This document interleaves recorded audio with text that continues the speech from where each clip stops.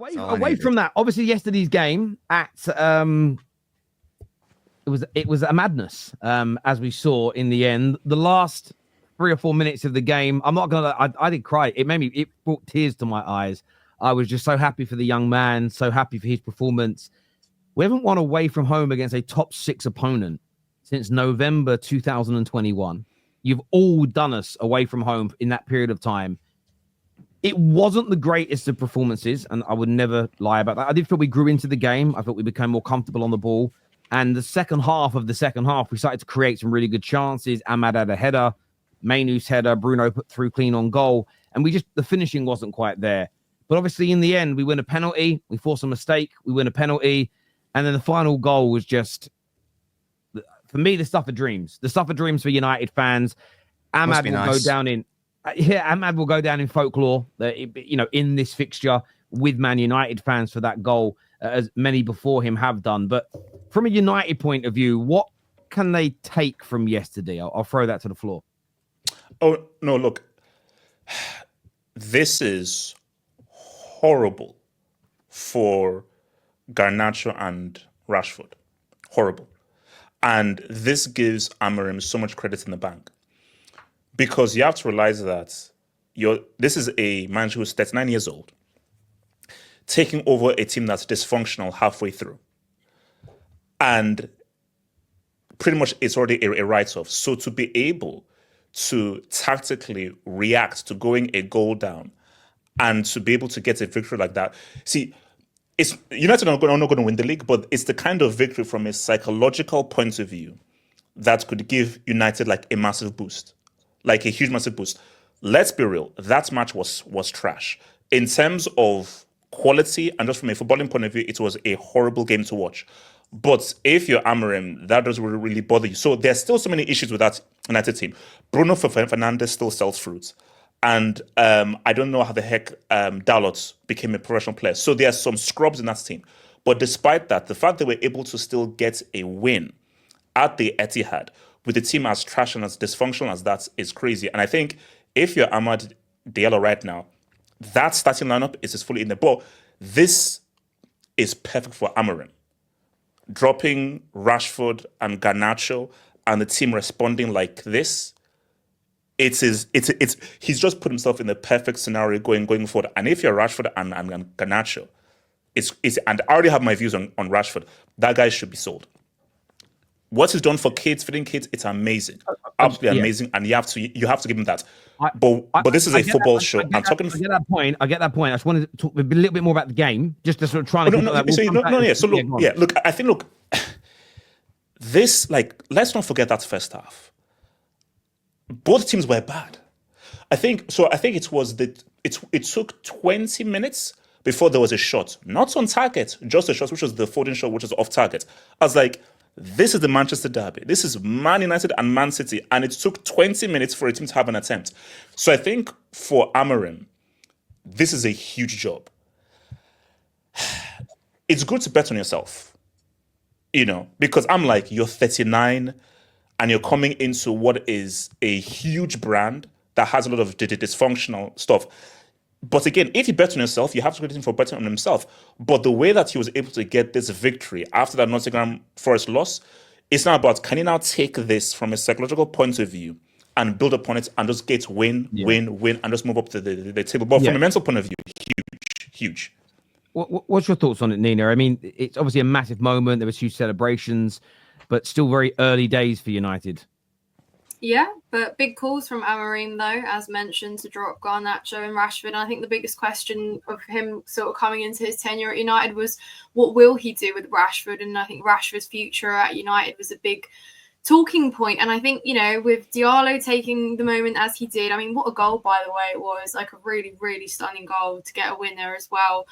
Will be massive for him, and that's only building his case to be a regular starter under Amorim. That's a player that he will look at and think, I can build around, I can be with. That's one that's making a case for himself. I think even in your games where you try to look for bright sparks in United. I think Diallo's always been kind of among that in those talking points. So really great to have him there, I suppose. But yeah, in terms of what it means, obviously happy for you, Terry. You got your moment there, and I saw how emotional you were after the game as well. So in a way, I know how you feel because yeah, when you have these wins, it's really, really great. But yeah, I mean, the Etihad, a place where teams struggled and went away and couldn't get wins or grind out results. Obviously, that's been overturned. We've spoken about City's problems, but in the end, it came down to who could get the winner. United did, but I think now it's a big question: is how consistent can you be and what can you do? But you know, if I'm a United fan, and I'm sitting there thinking Amorim's make these big calls, they've paid off on the pitch, maybe I trust him a little more.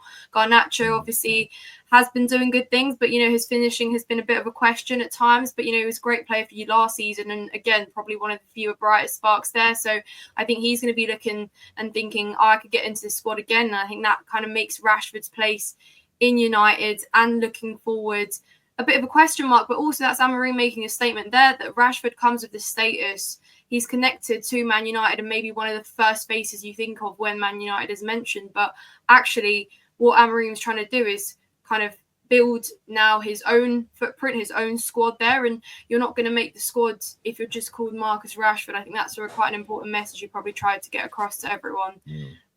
Yeah. Yeah, I do agree. Look, I think as a game, listen, when my feet retouched earth about maybe 4 o'clock this afternoon, I must have watched the highlights back about 15 times, and it was great. And I say this about other teams, so I have the same energy for myself. You celebrate the wins, especially ones like that. You enjoy that moment. You know, you have a drink if you drink, you go out for dinner if you have dinner, you have a little celebration. I think football fans should enjoy these moments. I'm still very aware of the long and winding road. There's going to be many ups and many downs to come for this United team, as between Amorim and Ineos, they rebuild this squad, they rebuild the culture.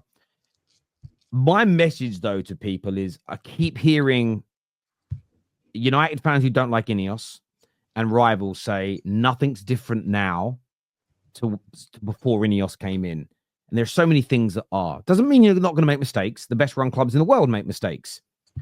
But the way 2 of our academy players were dropped yesterday sends a very different message. The reports have come out today that Rashford's time is pretty much up. Garnacho seems a little bit more like you're getting a bit big for your boots. Like lower your ego a little bit and you'll be back into this team, which, listen, I don't think is a bad message. I loved what Amorim said about Ahmad yesterday. Brilliant performance. We love the kid. But we have basically, I'm paraphrasing here, but we have to keep his feet on the ground because his club has got a habit of making young players the superstars, and there's no one to keep their feet on the ground, and it ends up being detrimental to the first team. And I think over the last 11 years, we've seen that happen on multiple occasions. So I love that he said that. It will trigger certain people online, the kind of style over substance individuals, but they don't understand what it's like to get to the top. And I think Amorim, as a head coach and a manager, understands what is required in the long term. And I think Ahmad has those feet on the ground, and he'll embrace that. But yeah, I also think it's sorry, Sarah. I just wanted to add that I think that's quite important though too, because you don't have just Diallo. You've got a whole squad that, you know, has been spent, money has been spent on as well. There's loads of players that are arguably still kind of being figured out as well. And obviously Amorim's going to do that. But I think that's really important because you shouldn't be in a position where you're looking to a younger kid, a 22-year-old, to be grinding you out of games. You know, Amorim's here to now build something, a Man United team, not just a player that can, you know, come up with these moments of individual brilliance to see out a win. Because, again, that shouldn't be the case. It was the same with us last season. We've got someone with that. And I think what I'm trying to say is that is almost work in progress with you now, where you have to also get to a stage where you are playing as a cohesive team. It is a collective performance rather than certain players pulling you out of games. And I saw that again yesterday when I watched the extended highlights back. When you watch a football match where you've got no anxiety and no stress, we actually had a really good shape yesterday. We were very hard to break down. And the one thing I will say, I know it isn't the greatest City team of all time. However, if you look at the previous 10 games in this run of 11, in all the games they lost, they had the majority of the ball, sometimes almost by 20% more. They had the most shots on target, and created the most big chances in all of those games, barring the Liverpool one. So the Spurs, even the Spurs defeat, if you just look at the statistics of the game and the underlying metrics, they were still very competitive. United managed to have 50% of the ball. Some of that was them conceding it, but they didn't concede it to anybody else. We also managed to stop them from creating, barring the deflected corner, any clear-cut chances. There were some strikes from distance from Foden, and that was it. And we've actually been like that in a number of games under Amorim so far. It's been goalkeeping mistakes or defensive errors have cost us goals. And I always find that I'm not forgiving of the players so much, but you know that better players or players becoming used to the system, and that will kind of be brought out. So I see a framework that we're doing, which he promised us we would see, and it's there. We know this squad needs an overhaul, but that's going to take 2 or 3 years to happen. But I did like how he grew in confidence, and we did play as a team yesterday. And I'm hopeful that the players being dropped is also a message across that dressing room as well, that nobody is bigger than the team. And I think in the last 11 years, the culture set by the Glazers is that players could be bigger than the team. The superstars, Jose Mourinho wanted two of our... Listen, I love the two players of Pogba and Martial, but Jose said they have to go for one reason or another. And the fan base and the Glazers said, no, the players stay. And ever since we set that precedent, it's not the players' fault, by the way, it's the club's. Since that precedent was set, player power has been a hugely problematic element of our dressing room. Players thinking they're above their stations, players never being dropped, players never being kicked out the team. And if they were, there was always negative reactions for the head coach or manager. And this is why when outsiders say nothing is changing at Man United, I can't guarantee success, but I see what happened yesterday. It's different. You're trying to get a new stadium. It's different. You know, yes, we've fired Dan Ashworth, but isn't it funny how nobody today, the newspapers are not talking about sacking Dan Ashworth being a major problem for us after a win. But when we did it after a defeat, this time last week, Ineos were clueless. The club was in worse turmoil than under the Glazers. We win 2 games in a week and suddenly, it's looking all right. And this is why I've said, Man United fans, strap yourselves in. There's going to be ups and there's going to be downs within the course of this rebuild. They're not going to get everything right. You're not going to like everything that Ineos do. And trust me, I wanted the Qataris. If the Qataris came in, we wouldn't like everything they did either. It'd be different elements of their ownership that would be getting scrutinized by different groups of people. It's a great meme I saw the other day, or not even a meme, a kind of picture. And it was 6 different pictures of a couple with a donkey.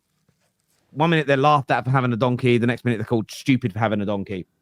The next minute the woman's riding it and there's people saying, oh, look at him, he's weak. He's sort of being controlled by his wife. The next one, he's riding the donkey and people are saying, what a disgraceful man not letting his wife ride the donkey. There's another one where they were saying they're stupid, they've got a donkey, but they're carrying the bags themselves. The next one, they're making the donkey carry everything. And again, what cruel people making that donkey work. The point of it is that you're always going to have detractors, no matter who's in charge, no matter who you can't please everybody all of the time. And this is why people have got to learn to be more objective and wait. And the difference in the space of a week for Man United is massive, but my feet are being kept on the floor. But the idea that nothing has changed at the club, there's so many examples of differences. That is where my hope sits. It isn't so much with Amorim. It isn't with new players we're signing. It isn't so much with Ahmad. I love all these things. But for me, it's the fact that we're making different decisions. We're behaving in different ways. And my hope, and people go, it's hopium. Yes, it's hope because I'm not doing it. If it was me that was in charge, it wouldn't be hope. It would be a confidence that I could deliver. But my hope is that we continue to make these changes and all start. And one thing that Amorim said in the week, which just filled me with so much warmth and happiness because it marries up with what we need to do. They asked him about Ashworth being sacked. He said, sad, I got on really well with him, but everybody else remaining at the club is still pulling in the same direction. And we spoke about, Nina, this a few weeks ago with Chelsea. You've had a lot of ingoings and outgoings since Clearlake have been here. But the message from everybody internally at your club right up until now is no matter who's come in and who's gone in that time, the direction has been clear. And United have been rudderless, but directionless at the same time. So if you've got no rudder, you've got no oar, got a hole in the boat, and you don't know where you're going, you're in trouble. At least we've still got loads of problems that need resolving.